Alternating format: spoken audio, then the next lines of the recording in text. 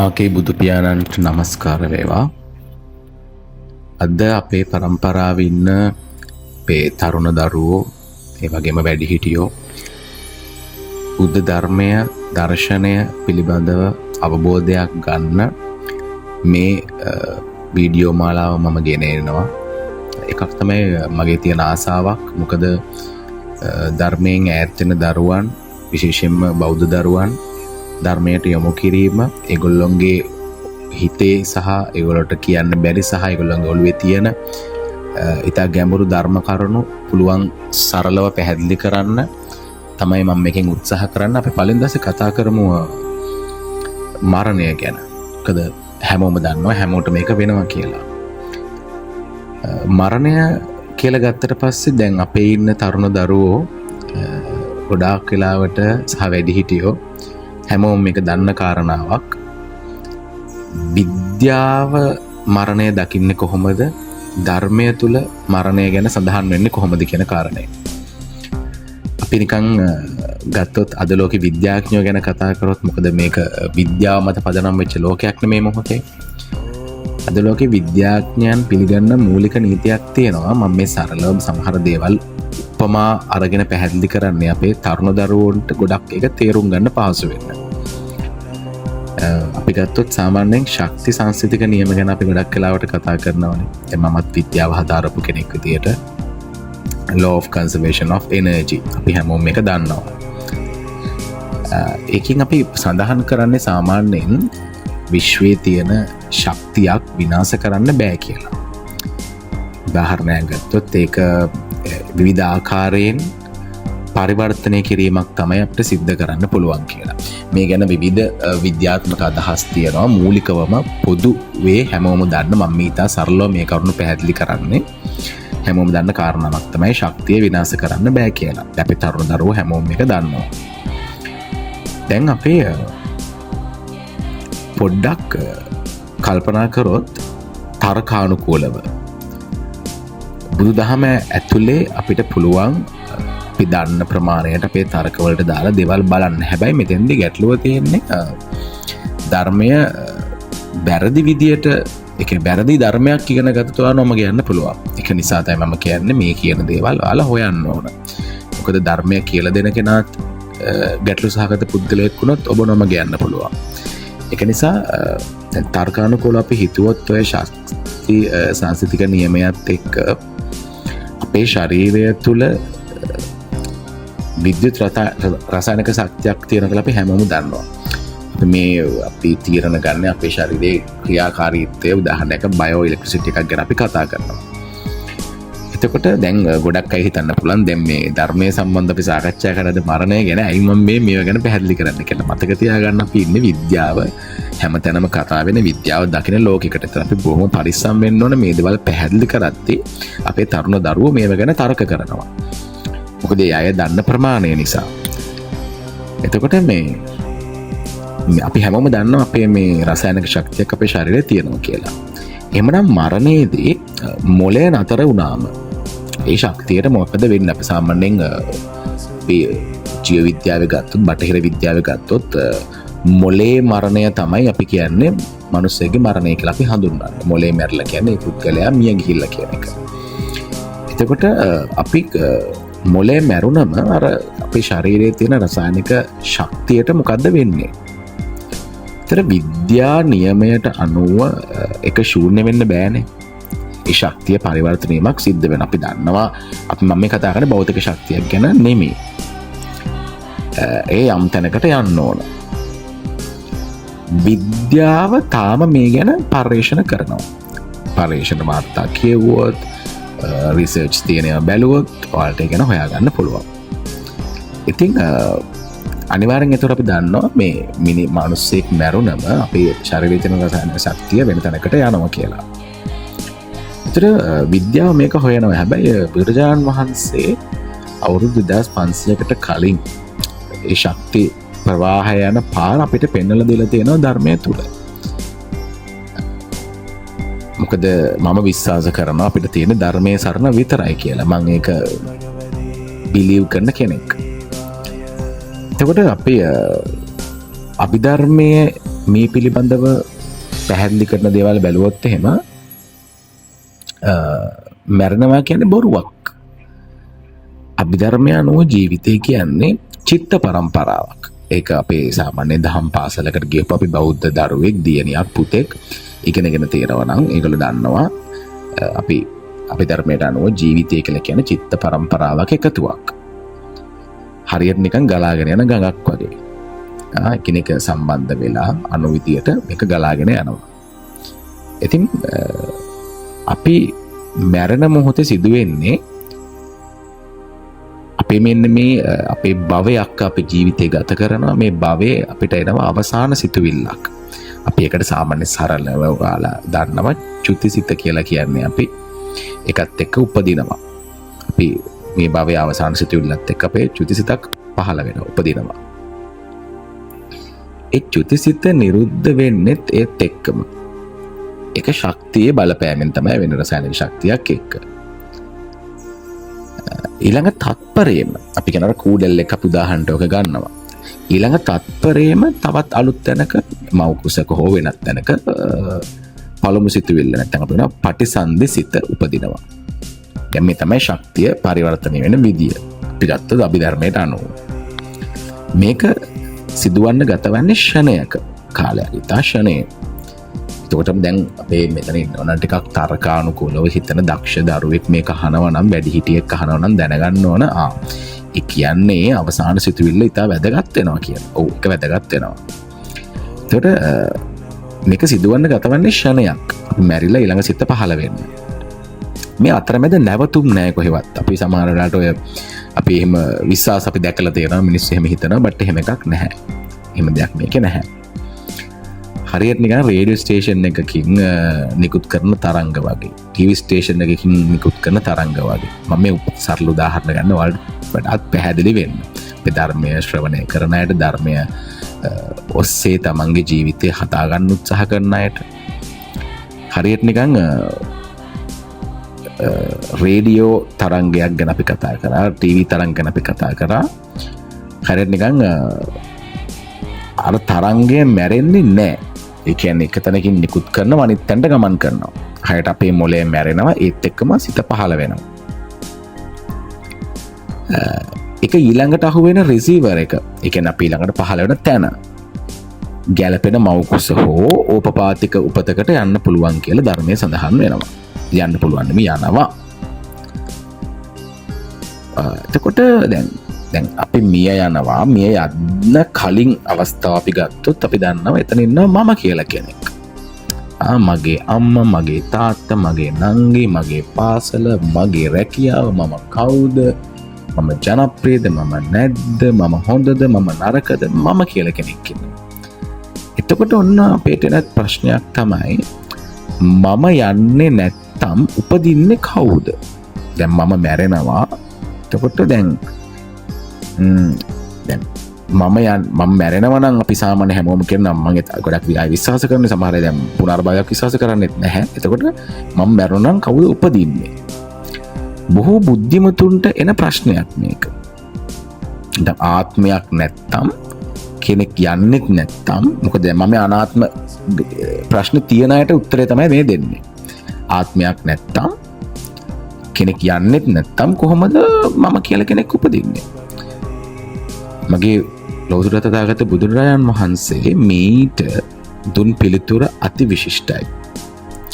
උන්වහන්සේ පෙන්වා දුන්නේ අන්තර පච්චය කියන න්‍යායක් මේකට. දානන්තර පච්චය කියලා අපිට කියන්නේ. උදාහරණයක් ගන්න මේ විදියට මම ගොඩක් ඉංග්‍රීසි භාෂාවෙන් දේශන පවත්වන නිසා මම සිංහලෙන් දේශන කරනවා අඩුයි. එතකොට තැන් වලදී මම එක කරන්න ගත්තේ හේතුව මේ අපේ තරුණ දරුවෝ යන ගමන සම්බන්ධව පොඩි අවබෝධයක් ලැබිලා පොඩ්ඩක් මේ පැත්තට යොමු කරන්න ඕන කියලා තමයි මම මේක කරන්නේ. ධර්මයේ ශ්‍රවණය කරන්න, ඔබ ධර්මය අහසන්න, ධර්මය ගැන හොයන්න කියලා මම ඉල්ලීමක් කරනවා මේ අතරෙම. ඉතින් ගොඩක් බුද්ධිමතුන් ඉන්නවා දැන් ආත්මයක් නැහැ. එතකොට මැරෙනවා නම් මම මැරෙනවා එහෙනම් කවුද යන්නේ? කවුද උපදින්නේ? දැන් එහෙම එකක් අභිධර්මයේ තියෙනවානේ. බුදුන් වහන්සේ මේටුන් පිළිතුර අති විශිෂ්ටයි. උන්වහන්සේ පෙන්වා දුන්නේ අනන්තර පච්චය කියන න්‍යායක්. උදාහරණයක් ගන්න. ඉට්ටි පන්දමක් අපි ගන්නවා. ඒ ඉට්ටි පන්දමකින් මම තව ඉට්ටි පන්දමක් පත්තු කරනවා. හරි ප්‍රසිද්ධ දෙයක්, හැමෝම දන්නවා මේක. පළමු ඉට්ටි පන්දමේ තිබුණ ගිනි දැල්ලෙන් අපි ඊළඟ ඉට්ටි පන්දම පත්තු කරාම දැන් ඔන්න අපි ප්‍රශ්නෙට එනවා. පළමු ඉට්ටි පන්දමේ තිබුණ ගිනි දැල්ල දෙවනි ඉට්ටි පන්දමට ගියාද? මොකද්ද උනේ එතෙන්දී? දැන් ඒකට ගියේ නැද්ද? නැහැ. එහෙමනම් අලුත් එකක් පත් උනේ කොහොමද ගියේ නැත්තම්? මොකද අර දැල්ල ඒකේ තියෙනවනේ වෙද්දිත්. දැන් පළවෙනි ඉට්ටි පන්දමේ දැල්ල දෙවෙනි ඉට්ටි පන්දම පත්තු කරාට පස්සේ ඒ දැල්ල තියෙනවා. ඒතර අර දැල්ල පත් උනේ කොහොමද? ඒක හරි සරල දෙයක්. එහෙමනම් අලුත් එක පත් උනේ පරණ එක නැතුවද? නැත්තම් පරණ එකෙන්ද? නැහැ. පරණ දැල්ලේ ශක්තිය තමයි අලුත් දැල්ල නිර්මාණය කරේ. ඔබේ පුනර්භවයත් එච්චරයි. මං හිතනවා හොඳ අවබෝධයක් එන්නති කියලා.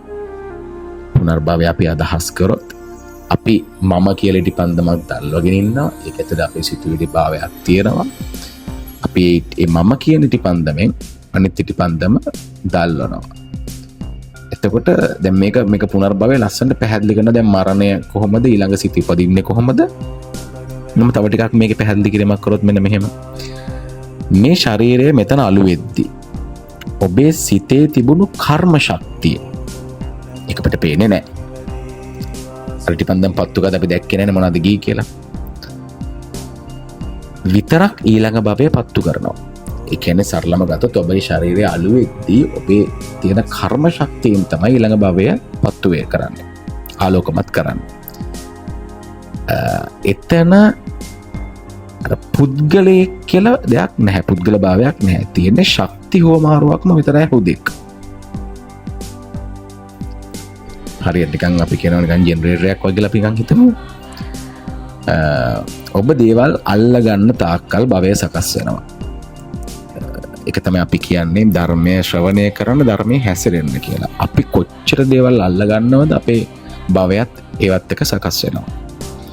බුදුරජාණන් වහන්සේ මේක ලස්සන උපමාවකින් පැහැදිලි කරා.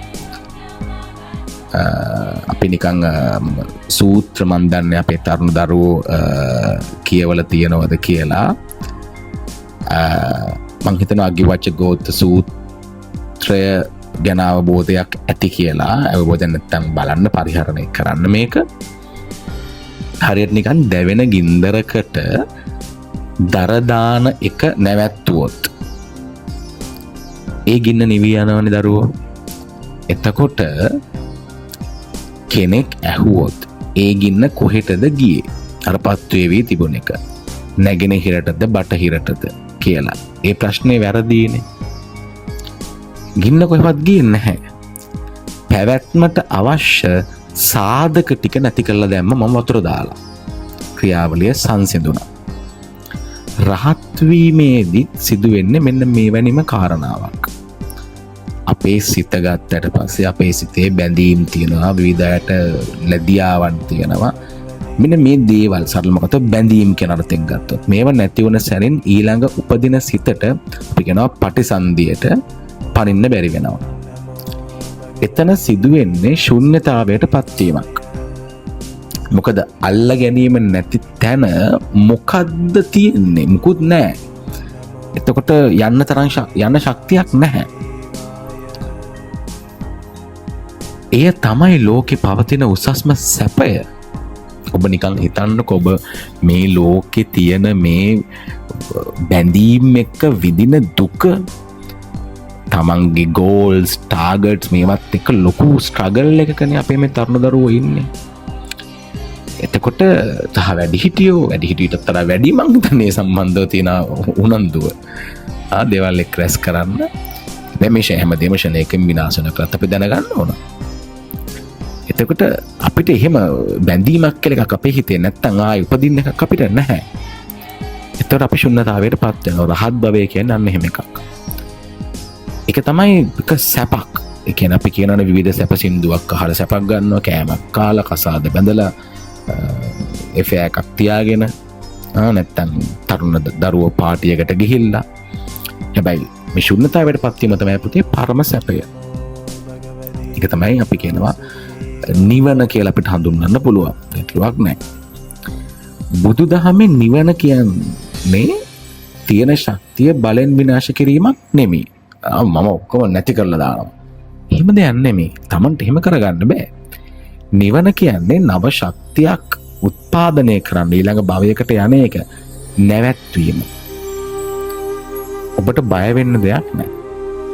මරණය කියන්නේ කරුවල කාමරයකට වැටෙනවා වගේ වැඩක් නෙමෙයි. අපි හරි බයයිනේ මැරෙන්න අම්මෝ සමහර මිනිස්සු නේද?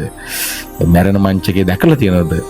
මම නම් මැදලා මගේ කුඩා කාලෙත් මම දෙන්නෙක් තුන් දෙනෙක් මැරෙනවා දැකලා තියෙනවා. ගොඩක් රෝහල් ආශ්‍රිතව ජීවත් වුණා. ඉතින් අපේ ගෙදර අය රැකියා කරේ රෝහලක. ඉතින් මම ඉඳලා තියෙනවා. ඉතින් මම දැකලා තියෙනවා. ඉතින් අපි දැකලා තියෙන ගොඩක් අය කලබල වෙලා බොහොම දුක්බරව එතකොට බයක් ඇති වෙනවා. මරණය කියන්නේ මොන වගේ දෙයක්ද? ඒකන වයසට ගියාම අන්තිම කාලේ ගොඩාක් බයලා පන්සල් යන්නේ. ඒ වගේ දෙයක් නෙවෙන්නේ. ඒක හරියට නිකන් මෙන්න මේ වගේ දරුවෝ පරණ ඇඳුමක් ගලවලා අලුත් ඇඳුමක් අඳිනවා වගේ. මොකද දැන් ඔයා භවය සකස් කරගෙන තියෙනවාට බැඳීම් තියෙනවනේ. හරි සාමාන්‍ය දෙයක්. එක ලොකුවට බරක් විදිහට ගන්න එපා. මරණය සරලයි. අපි මරණය කොහොමද අපේ භවය සකස් වෙලා තියෙන්නේ කියන ගැන අපිට අවබෝධයක් තියෙන නිසා ඒ ගැන අපි හිතන්න ඕන. නිතරම මෙනෙහි කරන්න ඕන.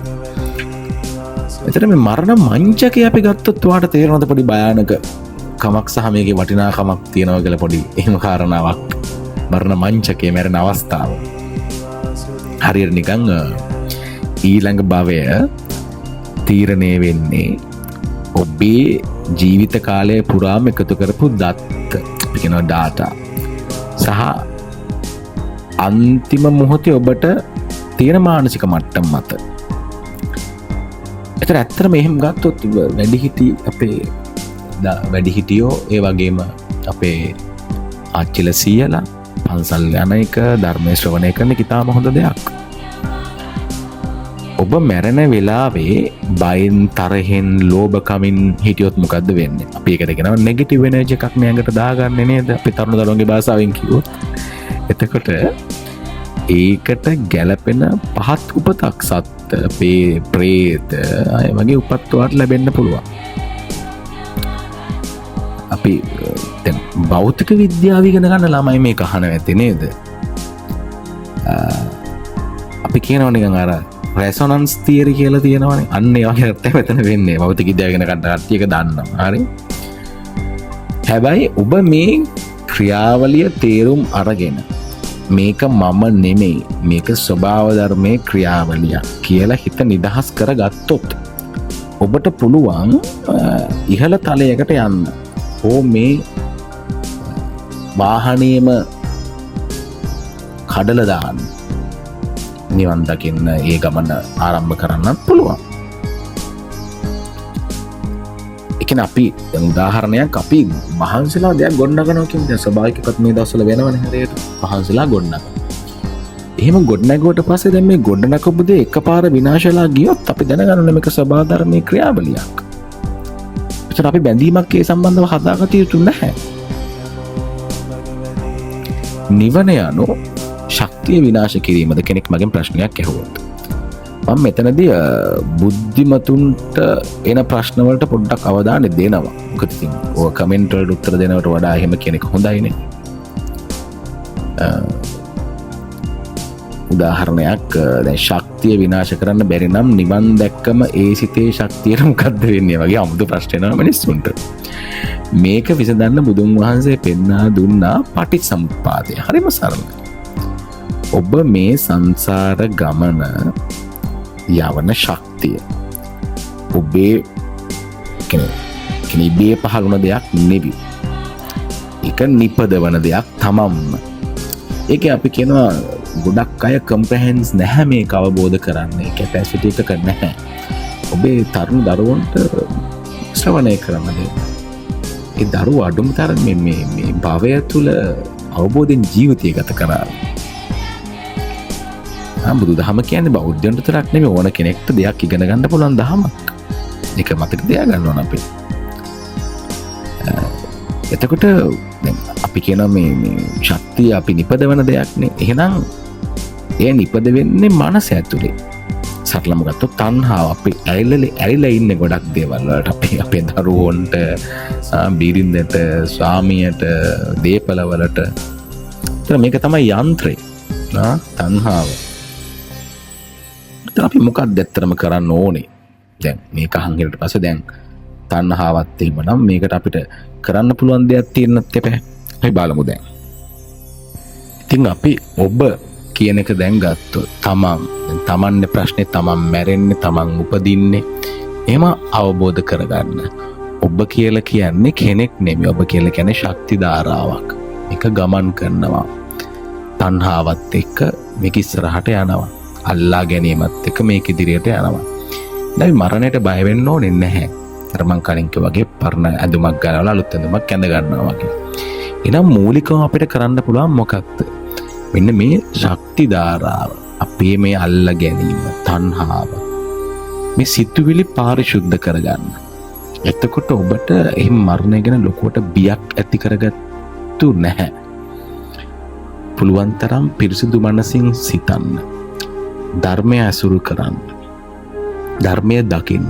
ධර්මය ශ්‍රවණය කරන්න. තාක්ෂණ ලෝක ජීවත් වෙන්න. ඒවත් එක්කත් ඉන්න. හැබැයි ඔබ බෞද්ධ දරුවෙක් නම්, ඔබ ධර්ම මාර්ගය යන කෙනෙක් නම් ඔබගේ මුල මේ ධර්මය. ඔබ මේ ධර්මයට ගරු කරන්නේ නැත්තේ බොහෝ වෙලාවට ඔබ මේ ධර්මය අහලා නැති නිසා. මේ තරම් සුන්දර දෙයක් මේ ලෝකේ තවත් නැහැ. ඉතින් මම ප්‍රාර්ථනා කරනවා මේක අහන වැඩිහිටියෝ, මේක අහන දරුවෝ මේක අනිත් අයටත් අහන්න අවස්ථාව සලසලා දෙයි. මේ ධර්ම ප්‍රචාරණ කටයුත්ත වෙනුවෙන් දායක වෙයි කියලා. දායක වෙනවා කියන්නේ මේ ධර්මය අහන්න කියන එකම තමයි. එන කිසිවක් නෙවෙයි. එහෙමනම් අපි තවත් සාකච්ඡාවකින් ඉස්සරහට හම්බෙමු. දැන් එහෙනම් හැම දිනාටම තෙරුවන් සරණයි.